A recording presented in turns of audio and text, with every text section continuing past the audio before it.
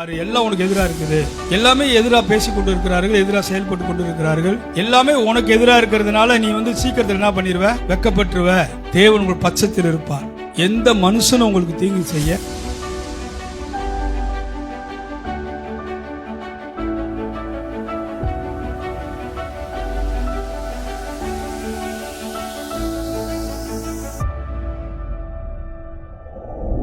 பிசாசு நம்மகிட்ட என்ன பண்ணுவான், சில காரியங்களை சந்தேகமா பேசுவான், சந்தேகத்தை மூட்டுவான்.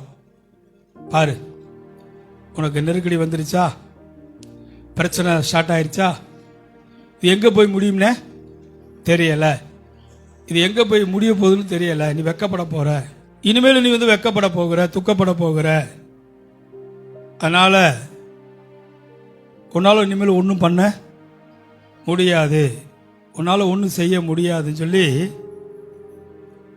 சில நேரங்கள் இப்படிலாம் நம்மகிட்ட என்ன பண்ணுவான், சந்தேகத்தை, அவிசுவாசத்தை கொடுப்பான் உள்ளத்தில். கர்த்தருடைய வசனத்தை விசுவாசிக்காதபடி, கர்த்தர் சொன்னதை கேட்கக்கூடாதபடி இப்படிப்பட்ட ஒரு அவிசுவாசத்தை உள்ளத்தில் உண்டு பண்ணிடுவோம் பாருங்க. அதனால இன்னைக்கு இந்த உலகத்தில் மக்கள் சொல்றதெல்லாம் கேட்குறோம் நம்ம, ஆனால் கர்த்தர் சொல்றதை கேட்பது கொஞ்சம் கடினமாக இருக்குது. அந்த நேரத்துக்கு நல்லா இருந்தாலும் கூட கொஞ்ச நேரம் கழிச்சு என்ன ஆயிடும், கர்த்தருடைய வார்த்தையை, கர்த்தர் சொன்ன காரியத்தை விட்டு வெளியேறிடும், விலகி விடுகிறோம், எதிர்த்து நிற்க முடியல. அப்ப அவன் சொல்றான், நீ வெக்கப்பட்டுருவ, பாரு, நல்லா நோக்கி பாரு, எல்லாம் உனக்கு எதிராக இருக்குது, எல்லாமே எதிராக பேசி கொண்டு இருக்கிறார்கள், எதிராக செயல்பட்டு கொண்டு இருக்கிறார்கள், எல்லாமே உனக்கு எதிராக இருக்கிறதுனால நீ சீக்கிரத்தில் என்ன பண்ணிடுவ, வெக்கப்பட்டுருவ, வெக்கம் அடைஞ்சிருவேன்னு சொல்லி சாத்தான் சொல்லுவான். அந்த நேரத்தில் நீங்க என்ன பண்ணணும்,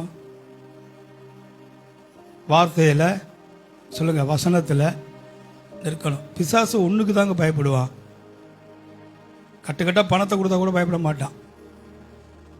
பிசாசு பயப்படுற ஒரே ஒரு ஆயுதம் தேவனுடைய வார்த்தை, தேவனுடைய வசனம். இல்லை, நான் 40 நாள் உபவாசம் இருந்துட்டு வந்தா கூட புஷிக்கு போட்டு போயிடுவான் நம்மளை. உபவாசம் பெருசே கிடையாது அவனுக்கு, அதெல்லாம் அப்படின்ட்டு போயிடுவான்.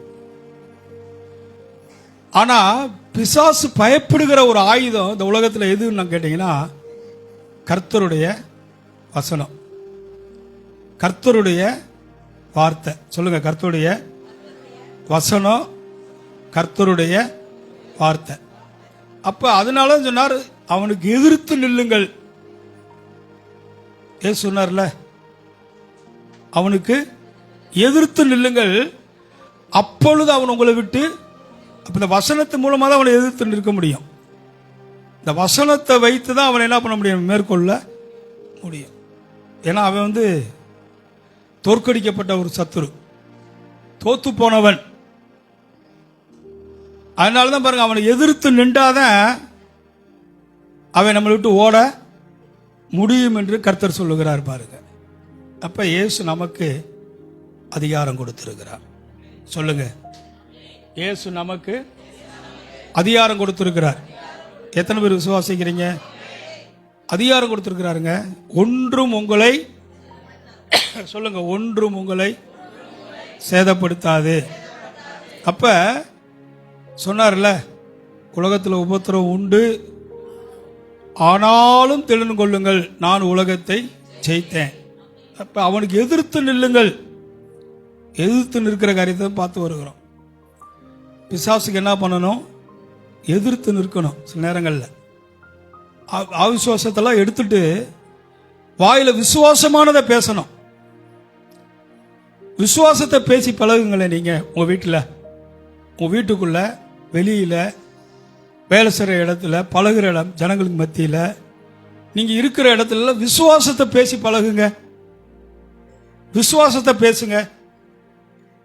அப்படி பேசுகிற பொழுது என்ன நடக்கும் கேட்டீங்கன்னா, தேவன் உங்கள் பட்சத்தில் இருப்பார். எந்த மனுஷனும் உங்களுக்கு தீங்கு செய்ய முடியாது.